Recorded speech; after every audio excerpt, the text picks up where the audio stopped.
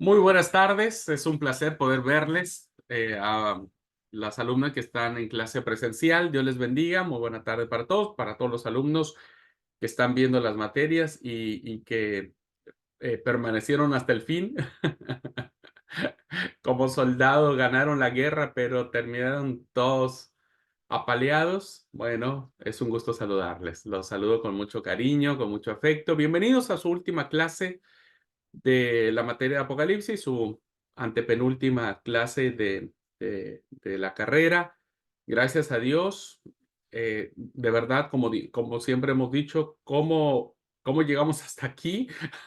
Si alguien nos pregunta, che, ¿crees en los milagros?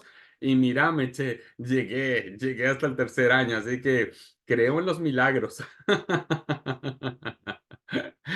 Ay, qué bueno, qué alegría, no sé, son sentimientos encontrados para todos. Eh, para mí es mi primera experiencia de largar una generación, para ustedes es su primera experiencia de terminar una carrera de esta envergadura, ¿no es cierto? De esta impronta, que creo que nadie había tenido esta experiencia. Así que bueno, estamos todos siendo muy novatos en estas emociones. Bueno, espero que estén eh, ya eligiendo su ropa de graduación, eh, que vayan a haciendo los ahorritos necesarios para poder ir a los helechos y tener este tiempo de, de victoria, ¿no? Creo yo, de victoria. Bueno, quiero cerrar esta clase de Apocalipsis haciendo un análisis de una porción del libro y que he elegido para cerrar todo esto y que bueno, me parece que también puede ser significativo, poder cerrar no solo la materia, el libro de Apocalipsis, sino con el mensaje con el que cierra el texto bíblico. Así que bueno, vamos a hacer un análisis de el, voy a presentar la pantalla, compartir la pantalla. Quiero que tengan su Biblia. No sé qué versiones ustedes manejen, ¿no es cierto? Pero la versión que manejen está bien. Este, yo voy a trabajar en una versión diferente, pero igual vamos a ir como cotejando un poco con Reina Valera o no sé qué versiones ustedes tengan. Así que vamos a trabajar en esta última clase en el análisis del capítulo 22, que son las últimas palabras que se pronuncian en esta revelación y y que encierran básicamente el sentido general de lo que representa todo ese esfuerzo del seminario. Un segundo, vamos.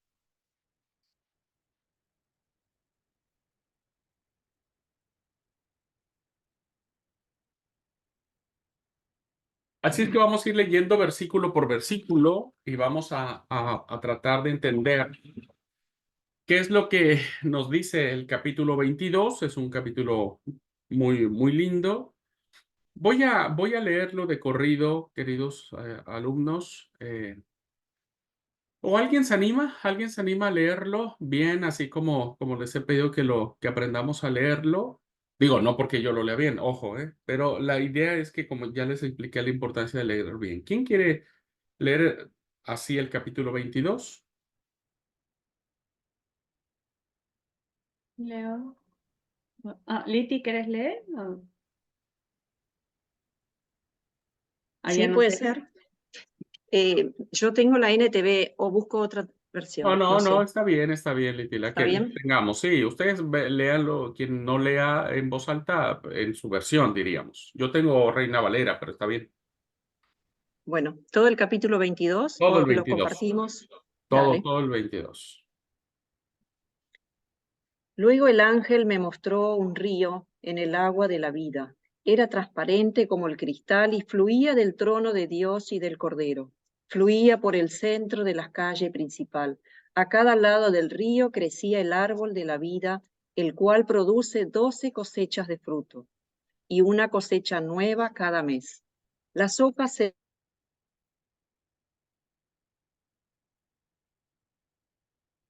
acción sobre ninguna cosa, porque allí estará el trono de Dios y del Cordero y de sus siervos lo que lo adorarán, y sus siervos lo adorarán. Verán su rostro y tendrán su nombre escrito en la frente. Allí no existirá la noche, no habrá necesidad de la luz de lámparas ni del sol, porque el Señor Dios brillará sobre ellos, y ellos reinarán por siempre y para siempre. Entonces el ángel me dijo, todo lo que has oído y visto es verdadero y digno de confianza.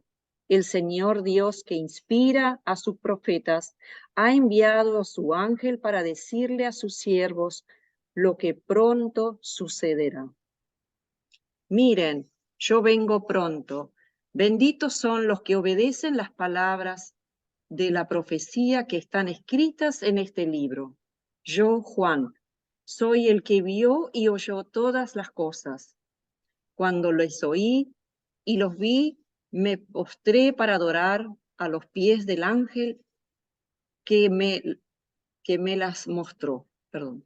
Pero él dijo, no me adores a mí, yo soy un siervo de Dios, tal como tú y tus hermanos los profetas, al igual que todos los que obedecen lo que está escrito en este libro, adora únicamente a Dios.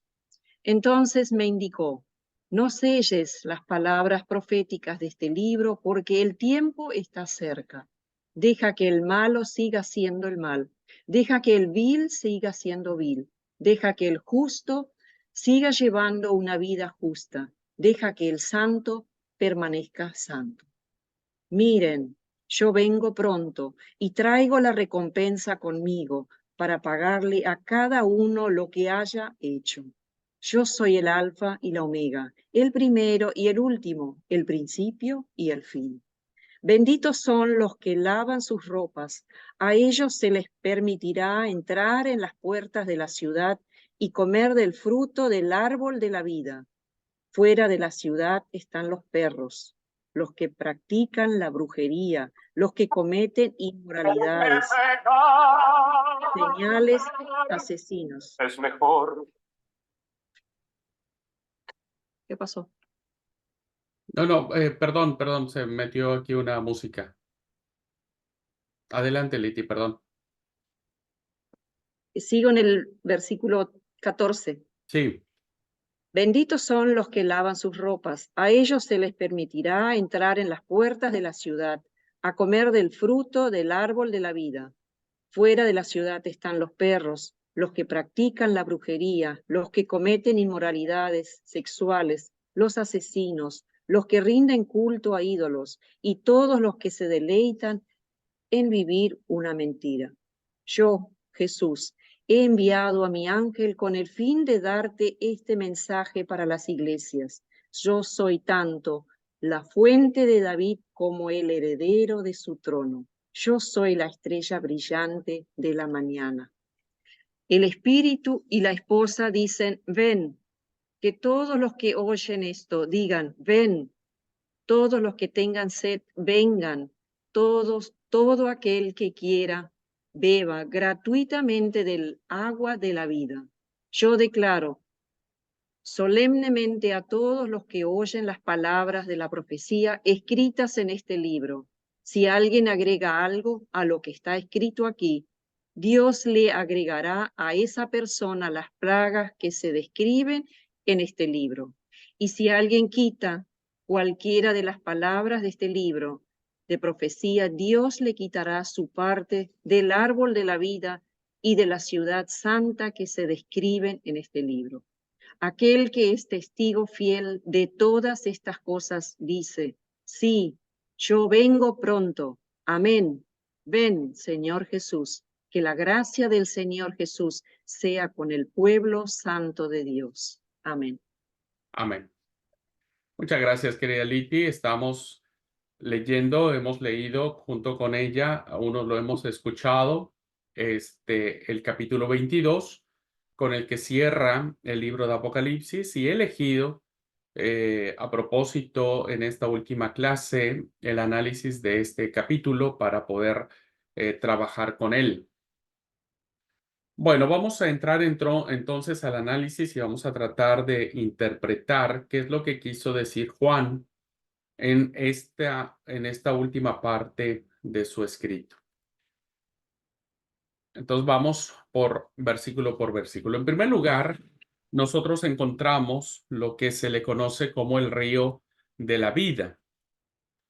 Dice, y me mostró el río del agua de la vida, reluciente como cristal, que salía del trono de Dios y del Cordero, en medio de la calle de la ciudad, y a ambos lados del río estaba el árbol de la vida, que produce 12 clases de frutos, dando su fruto de acuerdo con cada mes, y las hojas del árbol eran para la sanidad de las naciones.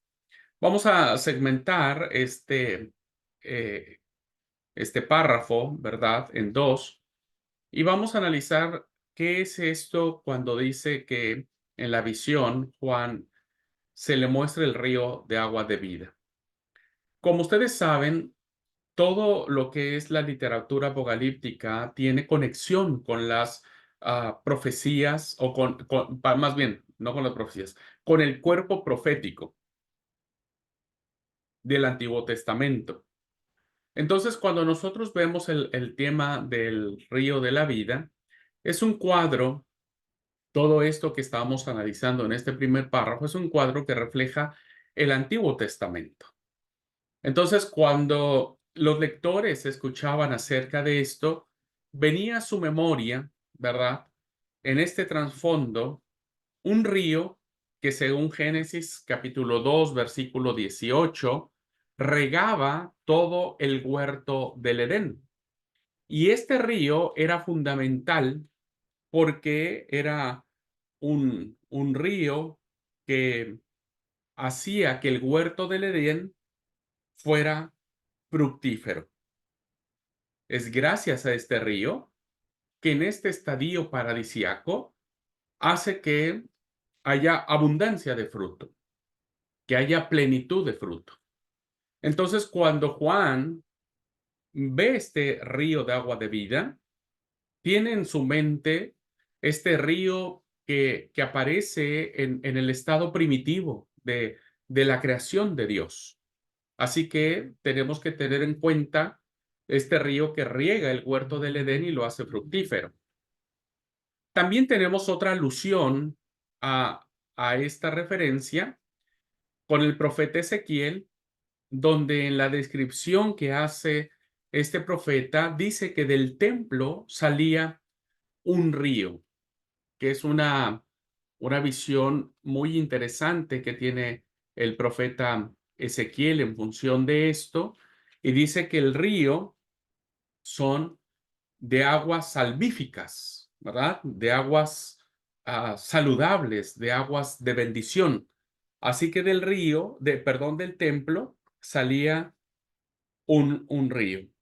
Y esto también tiene que ver que este río traería eh, frutos y sería para sanidad, sería para bendición.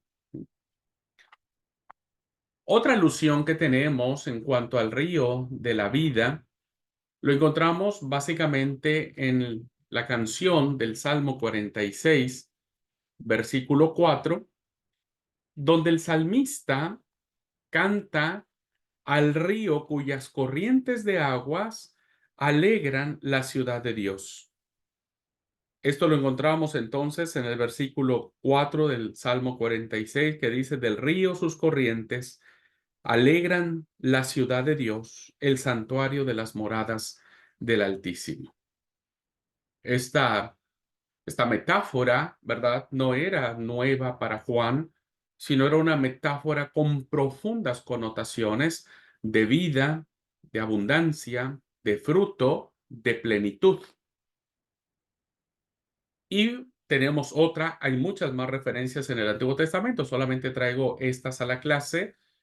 Y tenemos al profeta Joel en el capítulo 3, versículo 18, que dice: saldrá una fuente de la casa del Señor. Estas alusiones típicas del contexto profético nos remiten a nosotros la idea, la concepción que tenían los primeros lectores de cómo al final de todo habría un río maravilloso, ¿verdad? Que representaba cosas buenas. Ahora, ¿qué podría habernos dicho? O, perdón, déjenme ir para atrás y para adelante. ¿Qué podría haberle dicho Juan a sus lectores? ¿O qué puede estar diciéndonos Juan a nosotros hoy? Yo creo que, bueno, acá tenemos otra alusión que tiene que ver con el profeta Zacarías. Zacarías también dice en el capítulo 14, versículo 8, aguas vivas saldrán de Jerusalén. Todas estas alusiones que aparecen en el Antiguo Testamento toman vida en este apartado del capítulo 22, donde dice, y me mostró el río del agua de la vida, reluciente como cristal, que salía del trono de Dios y del Cordero, de la ciudad de Dios, de la casa del Señor, de Jerusalén, del templo, ¿verdad? Es básicamente esta alusión de los profetas. Pero incluso había un dicho entre los judíos, entre los rabinos judíos, ¿verdad? Que cuando ellos pensaban estas imágenes del río de vida, ellos decían, Dios hará brotar del lugar santísimo un río a cuyas orillas crecerán toda clase de frutos delicados. Ellos soñaban en la edad futura, en la edad dorada, como ya vimos, que del lugar santísimo, del templo de Jerusalén, saldría un río, ¿verdad? Que traería vida. Ustedes saben, porque hay las alusiones que tenemos respecto a los ríos, es que todo lo que hay junto a los ríos, hay vida, se florece, ¿verdad? Ahora, si nosotros tuviésemos que decir qué le quiso decir Juan a sus primeros lectores, qué nos quiso decir a nosotros hoy, podríamos decir que la interpretación de lo que significa este río que sale del trono de Dios y del Cordero y que estaba en medio de la ciudad, puede ser algo mucho más sencillo, pero mucho más profundo. Los que vivimos en una civilización, en las grandes ciudades como todos estamos, basta con abrir una canilla, una llave, para obtener agua fresca, agua clara, abundante. Evidentemente, depende de dónde vivamos, pero eh, la, la facilidad en nuestros contextos de tener agua, ¿no? O sea, no es tan difícil obtener agua, ya sea la canilla, ya sea de un pozo, ya sea embotellada, como sea.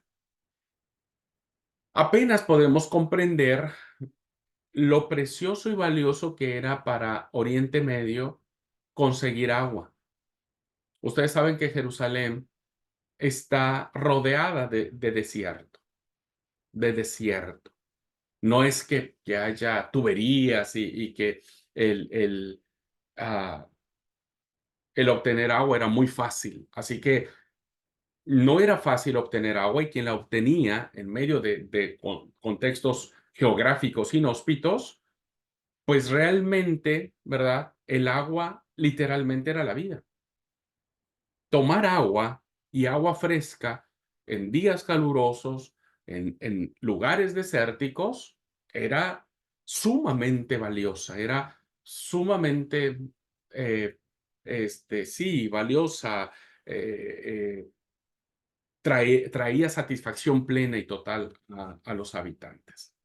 Entonces, cuando nosotros leemos esto, podríamos interpretarlo que el río de la vida bien puede representar la vida abundante que Dios provee gratis para su pueblo.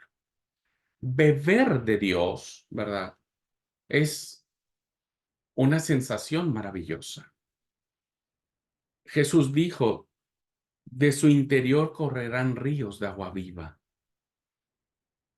Y entonces Juan le está diciendo a sus lectores lo importante que es entender que haber aceptado el desafío de creer en Dios, Él siempre será un agua para ellos que traerá satisfacción, que traerá fruto, que traerá plenitud, vida abundante. Así que el río de la vida no es otra cosa más que aquello que representa la plena satisfacción de la vida en vivir en Él, creerle a Él, seguirlo a Él e incluso dar la vida por Él. Habrá un río maravilloso, una frescura abundante. Agua es sinónimo de vida. ¿Ok? Ahora, en este versículo también nos habla acerca de otro elemento, no solo el río de la vida, sino que dice también que estaba en medio de la ciudad el árbol de la vida, que produce 12 frutos, dando cada mes su fruto, y las hojas de los árboles eran para sanidad de las naciones. Cuando vemos la figura del árbol, este símbolo del árbol, ¿verdad? Este símbolo del árbol tiene dos antecedentes, tiene como dos parámetros de interpretación. ¿Por qué un árbol? Recuerden siempre, ¿por qué un árbol? Porque agua, como un río. Evidentemente no es un río literal, es lo que significa el río, ¿no es cierto? Y ahora vemos por qué un árbol aparece al final. Bueno, el primer antecedente claramente lo tenemos en el huerto del Edén, cuando nosotros podemos leer en el Génesis capítulo 3, versículo 6. Dice, y vio la mujer que el árbol era bueno para comer, que era agradable a los ojos, árbol codiciable para alcanzar la sabiduría. Tomó de su fruto y comió, y también le dio a su marido, el cual comió de él. El árbol estaba plantado en el huerto del Edén. No tenían que comer de él. Y tal como se describe, era un árbol abundante. Era un árbol que tenía ciertas características o consecuencias de comer de él, consecuencias de las cuales ni Adán ni Eva estaban preparados para comer, ¿verdad? Entonces, este árbol que estaba plantado, al igual que el río que riega el estado idílico paradisiaco del Edén, pues también tenemos un árbol plantado en el huerto del Edén, ¿no es cierto?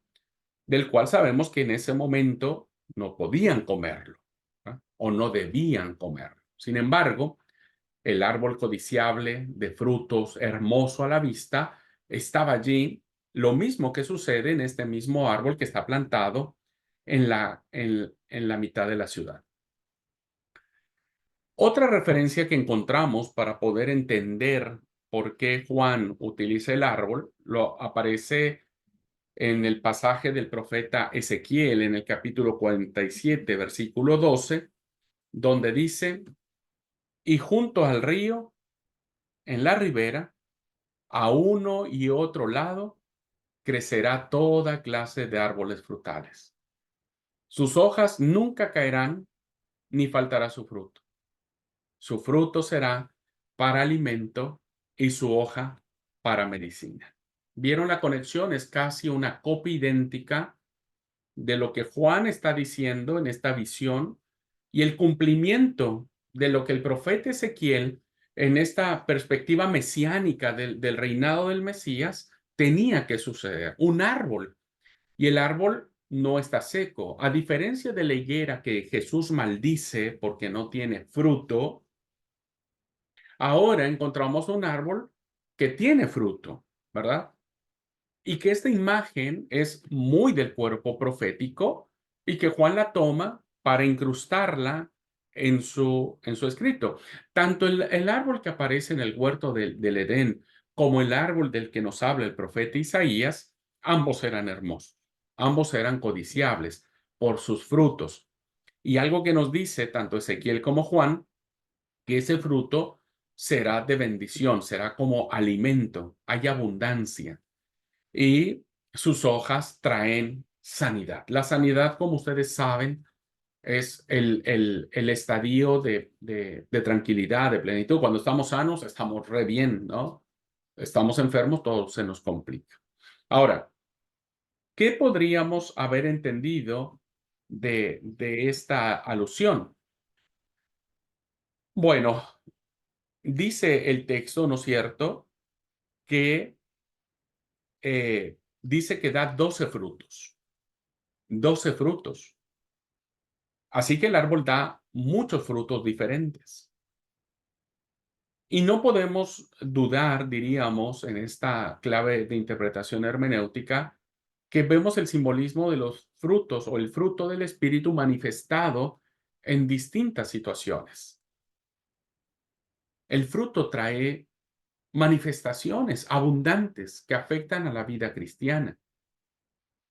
En cada fruto diferente, para cada mes del año, que eso dice, es decir, había 12 frutos y cada mes daba su fruto, es decir, está completo.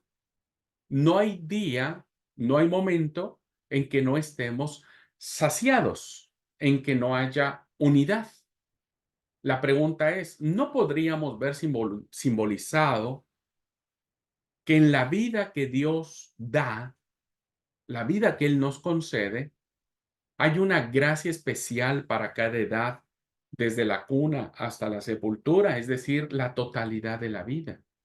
En la totalidad de la vida, Dios concede su compañía, su amor, es toda la vida.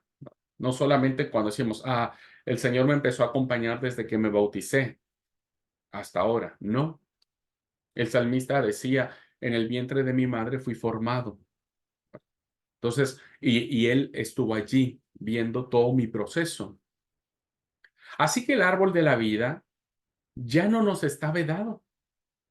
Ahora ya no es que, como en el huerto del Edén, si comemos de ese árbol de la vida en la cual no moriremos, traería como consecuencia la desobediencia. Ahora el árbol está abierto. Ahora hay libertad para comerlo. Ahora no hay ninguna sentencia, ninguna advertencia por parte de Dios que nos diga si comen del árbol de la vida, de la ciencia del bien y del mal, morirán. Ahora no, ahora el árbol está abierto para todas las naciones. Entonces, el árbol ya no nos está restringido y está allí, en medio de la ciudad, para que todos lo vean, todos tomen su fruto, todos vivan en Dios y todos puedan percibir en toda su vida, no importa los días, los meses de vida que tengamos, y principalmente para los que están viviendo en la persecución, que en la persecución mueren de toda clase, niños, adolescentes, jóvenes, adultos, ancianos, toda la vida está rodeada de bendición de Dios. Y entonces el árbol es maravilloso, hermanos. Esta alusión maravillosa de que algún día nosotros ya no estaremos restringidos y no pesará ninguna sentencia sobre nosotros, la verdad que nos alegra profundamente el corazón. Así es que tanto el río que fluye como el árbol que da vida son el simbolismo básicamente de la vida plena, una vida en victoria, una vida en victoria. Ya no tendremos miedo de comer ese árbol. El fruto, perdón. Ya no tendremos miedo de comer ese fruto pensando que vamos a morir. No aparece más la serpiente. Ahora hay alguien que nos da libre acceso para comer del árbol de la vida. Bueno, vamos siguiendo, vamos ahora a analizar los siguientes versículos. La belleza de la santidad. Estos versículos son maravillosísimos. Dicen los versículos siguientes: ya no existirá más ninguna cosa maldita. Qué interesante. Todo aquello que nos causa temor y demás desaparecerá. Y el trono de Dios y del Cordero estará en ella, y sus siervos le adorarán y verán su rostro, y tendrán su nombre en sus frentes. Vayan viendo la importancia de este versículo. Y el trono de Dios y del Cordero estará en ella, en la ciudad. Y chéquense lo que dice. Y sus siervos le adorarán y verán su rostro, y tendrán su nombre en sus frentes. Allí ya no existirá más la noche, ni tendrán por tanto necesidad de luz de lámpara ni de sol, porque el Señor Dios los iluminará y reinarán para siempre jamás, por los siglos de los siglos. ¿Cómo abordar este pasaje? Bueno, nosotros vemos en este pasaje lo siguiente, que el autor Juan, perdón, nos dice que en primer lugar ya no habrá allí ninguna cosa maldita. Es decir, ya no habrá todo aquello que nos dificultaba y que amenazaba la vida cristiana. Ya no habrá esas tentaciones, esas tensiones, ya no habrá ese dolor, ese quebranto, ya no habrá esos problemas económicos, de hambre, de guerra, de muerte, de enfermedad. No habrá más dificultades de las que antes amenazaba la vida. Este es un signo de esperanza. Por eso quien vive alguna tribulación sabrá que en aquel día ya no existirá eso, no existirá esa enfermedad, ese problema, esa tensión de pecado. Y algo muy lindo de esto es que dice, los siervos de Dios verán su rostro. Y aquí se hace el cumplimiento. Ver el rostro de Dios es algo que nosotros ni siquiera nos lo podríamos imaginar. Porque entendemos, en primer lugar, que Dios es espíritu. Pero el hecho de ver su rostro, ¿verdad? Hace esta alusión maravillosa de la bienaventuranza, de la promesa de la bienaventuranza que el Señor Jesucristo dijo en el Sermón de la Montaña. Bienaventurados los de limpio corazón, porque ellos verán a Dios. Ver a Dios, queridos alumnos, es la mayor recompensa que alguien puede tener. Miren, si nosotros, humanamente hablando, por ver de cerca a nuestro artista, un político, un personaje conocido, a la gente hace hasta lo imposible por estar cerca y retratarse con él, magnifíquenlo a la, no sé, 1.000.000 potencia, ¿no? Y ver a Dios es lo maravilloso. Cuando Juan escribe esto, está diciendo, ¿no es cierto?, que el cristiano se le concederá el privilegio que se le negó a Moisés. ¿Qué se le negó a Moisés? Según el Éxodo 33. Moisés le dijo, quiero ver tu rostro, quiero verte. Y Dios le dijo, no podrás ver mi rostro porque ninguna persona puede verme y seguir viva. Es decir, todo el que me vea morirá, pero aquí no vamos a morir. Aquí vamos a ver su rostro, ¿verdad? Vamos a ver cómo Él es. Dios es espíritu. Me emociona el hecho de saberlo, ¿no? Y entonces podemos decir que solo fijando la mirada en la fe en Jesús, podemos ver a Dios perfectamente. Es solo a través de Jesús que podemos ver a Dios en toda su plenitud. Él ya lo había dicho en el Evangelio de Juan, capítulo 14, versículo 9. El que me ha visto a mí, ha visto al Padre. Ha visto al Padre. Sus siervos verán su rostro. Esto es algo que nos anima. ¿Cómo será? No lo sabemos, pero no moriremos por verlo. Y viendo al Hijo, miraremos al Padre. Y viendo al Padre, miraremos al Hijo. La belleza de la santidad. ¿Cómo será? No lo sé. No tengo idea. Pero si algo nos debe motivar a todos los cristianos, en todas las épocas y en cualquier circunstancia, es que algún día lo veremos. Y veremos su santidad. Sin duda será hermosísima. Será atrapante, subyugante. La santidad de Dios. Ahora, vemos que esto, la visión que se refleja en estos versículos, ¿verdad? Produce dos cosas. Produce dos cosas. ¿Qué produce esta visión de Dios? del trono de Dios y del Cordero. Primero produce una perfecta adoración.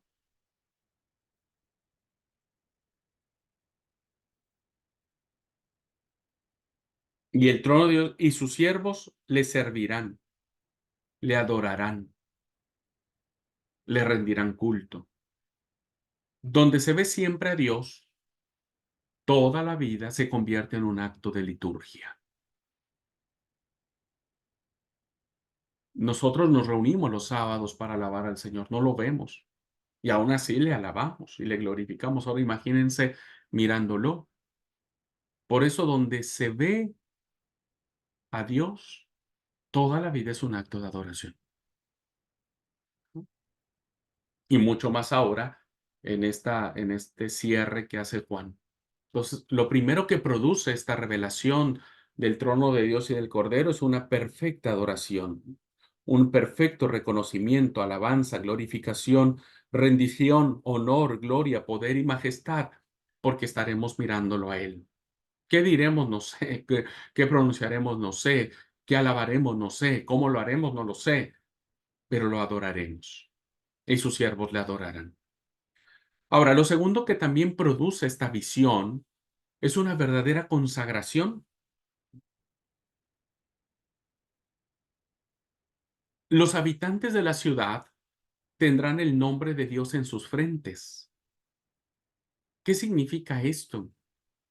Pues lo que será una muestra de que le pertenecemos o le pertenecen exclusivamente a Él.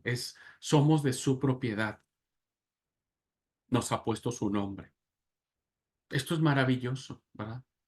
Este simbolismo de poner su nombre en nuestras frentes no es otra cosa más que ahora somos apartados para Él, somos consagrados para Él, le pertenecemos a Él por toda la eternidad, por toda la eternidad.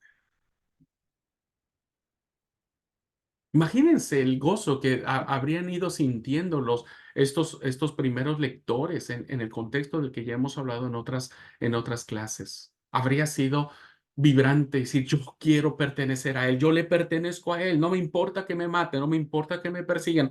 Su nombre va a estar escrito en mi frente porque yo hoy testifico que le pertenezco a Cristo. ¡Wow! Habría sido maravilloso, ¿no? Y creo que eso también tendría que suceder con nosotros. Así es que esta visión produce perfecta adoración y una verdadera consagración, pertenencia a Dios, apartamiento para Él, pues somos suyos. Juan, siguiendo lo que él está describiendo en esta visión, vuelve a la visión de la ciudad de Dios. Y entonces dice que la ciudad de Dios no puede haber ya nunca tinieblas. No hay necesidad de que haya luz, ninguna otra luz, porque allí está la presencia de Dios. El Dios que se mueve en el caos del Génesis, del inicio, ¿verdad? Y pone orden, y lo primero que dice, sea la luz, y la luz fue hecha. Cuando Juan nos dice que el Verbo se hizo carne y habitó con nosotros, dice que vimos su luz, vimos su gloria. Y la luz vino a iluminar las tinieblas en las que estaba el mundo.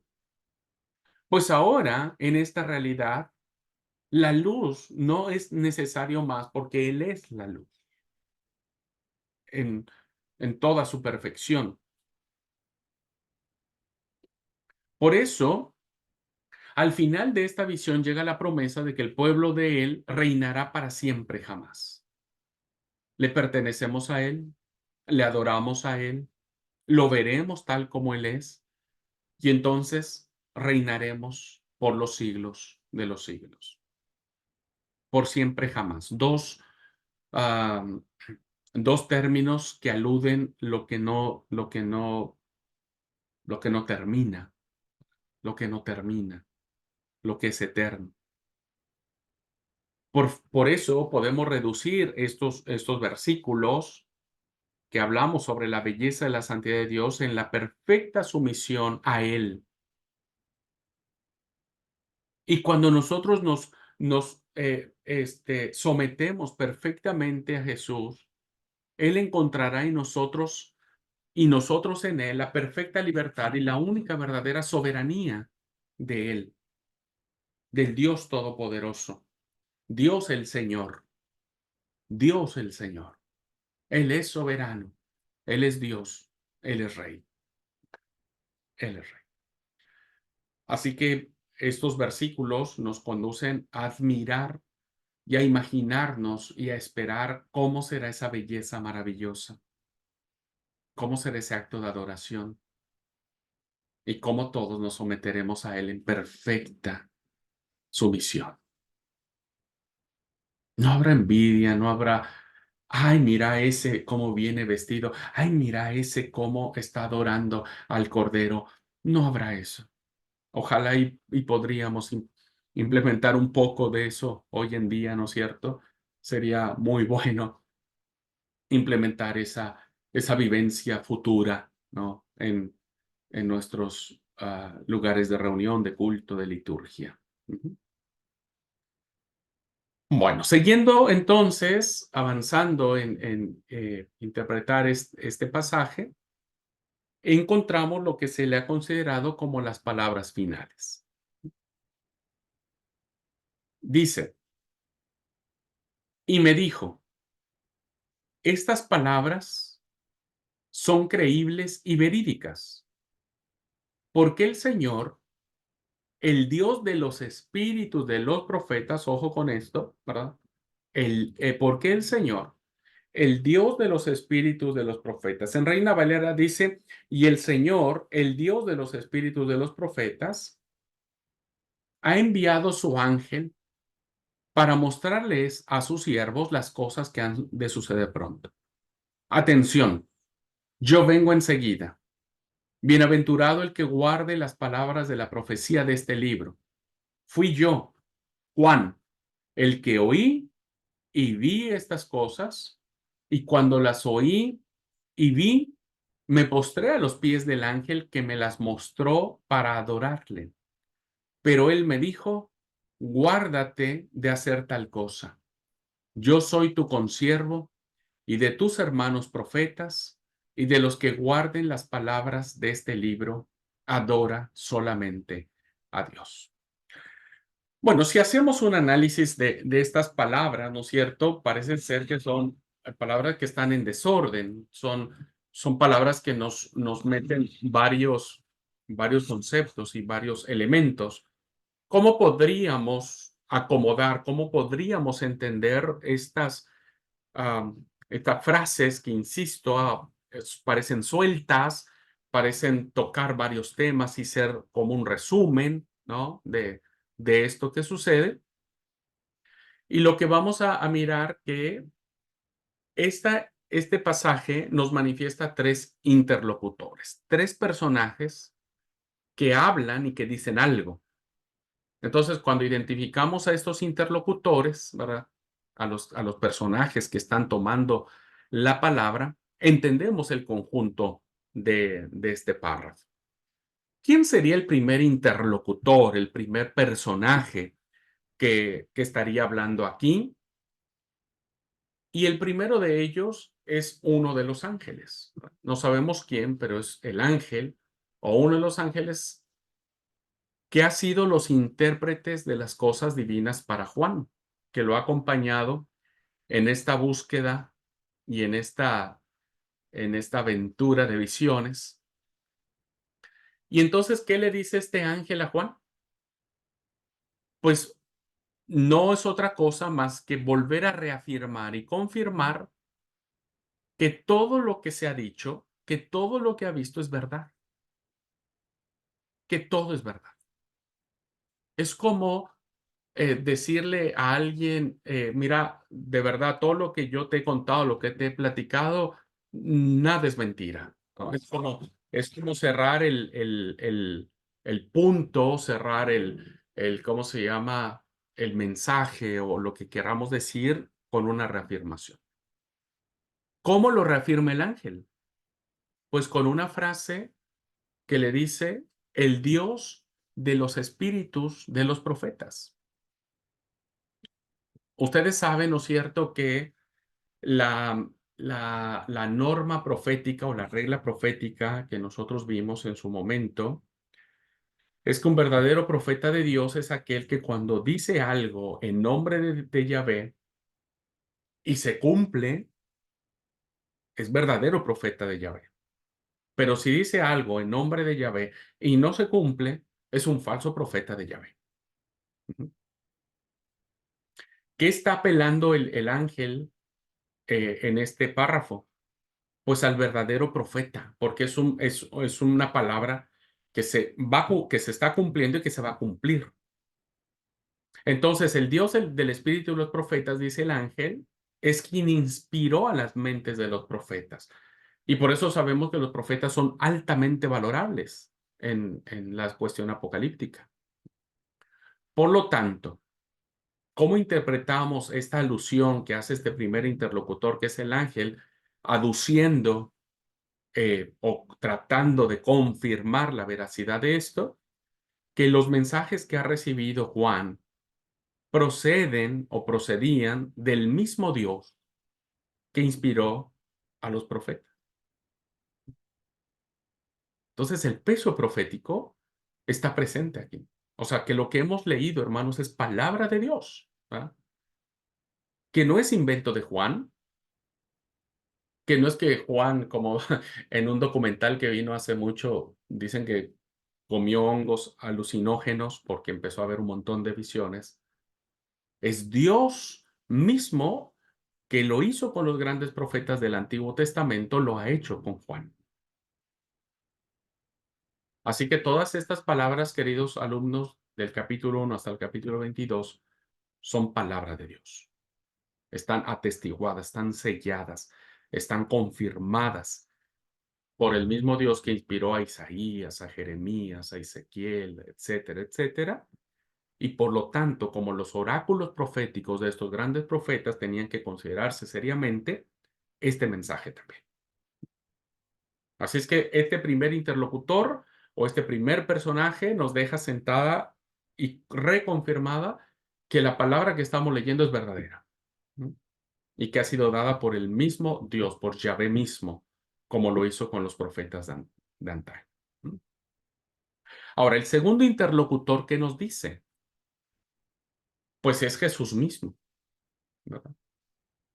¿Y qué dice Jesús? Pues vuelve a reiterar lo que ha venido reiterando durante toda su intervención en estas visiones que tiene Juan. He aquí vengo pronto, reitera su vuelta, ¿verdad? Su regreso, su segunda venida. Y por eso dice, estén tranquilos, yo voy a venir y regreso en breve, regreso en breve. Y basado en esta promesa de su segunda venida, entonces Jesús pronuncia su bendición, su bienaventuranza. Por eso dice, bienaventurado el que guarda las palabras de la profecía de este libro. Entonces, él pronuncia una bendición para todos los que leen la palabra profética que aparece en Apocalipsis y están comprometidos a obedecerla. ¿Dónde basa esta autoridad de leer y de obediencia? En su promesa de su segunda venida. Y él dice que vendrá pronto. Y el tercer interlocutor, pues es Juan mismo. Juan también tiene algo que decirnos. Nos dice el ángel que hay una confirmación de que la palabra es verdad. Jesucristo mismo vuelve a confirmar su promesa de regreso y pronuncia una bendición maravillosísima para quienes le sigan creyendo. Y ahora Juan termina diciendo lo siguiente. En primera, se identifica como el autor del libro. Él mismo, en reiteradas ocasiones, se manifiesta durante todo Apocalipsis que es Juan el que escribe esto. Solo que sorprendentemente, ¿verdad?, hace la misma advertencia que ya había hecho en el capítulo 19, versículo 10, donde él le dice a Juan en el capítulo 19 que no adore, que no lo adore, ¿verdad? Que no lo adore. porque al parecer habría como que esta situación, recuerden que la angelología era una doctrina muy avanzada y muy apreciada dentro del judaísmo. Pero ya en el 19, Juan ya sabía que el ángel había dicho no lo adore. Pero en el 22 se vuelve a repetir. Entonces, ¿cómo podríamos entender esta repetición de la advertencia que insistimos? Juan ya conocía desde el capítulo 19. Entonces, hay como dos formas de entenderlo. O bien Juan habría suprimido este pasaje como repetición innecesaria si hubiera tenido oportunidad de revisar su libro, porque recuerden que en la antigüedad no había así como fe de ratas. Bueno, discúlpeme, eh, ya lo había escrito y lo volví a escribir. Bueno, discúlpeme, no lo puedo borrar más porque todos sabemos lo costoso que era eh, escribir en aquellas épocas. Esa sería una opción. La otra opción, que creo que es la mejor, ¿verdad? Es que era tan consciente de los peligros del culto a los ángeles, que eso lo vemos en Judas, ¿verdad? En Judas tenemos esa advertencia. Era tan consciente de los peligros del culto a los ángeles que creía que era necesario advertirlo tantas veces fuera necesario. Así que es cierto que no nos deja la menor duda de ese peligro que ha persistido, ¿vieron? Hoy la gente adora a cualquier cosa, a cualquier personaje.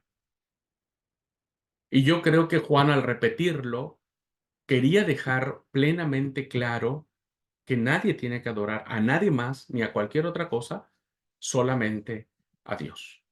Solo debemos adorar a Dios. Nuestra adoración es absoluta y completamente a Dios.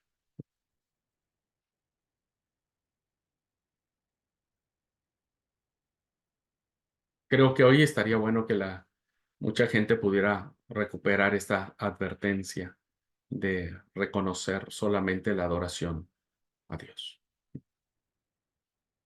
Bueno, vamos a tomar un receso acá. Ujú. Vamos a tomar un receso, un poquitito, y después volvemos. ¿Alguna pregunta, alguna duda, algún comentario que quieran hacer? Quisiera preguntar si vamos bien o no. Todo de nuevo, por favor.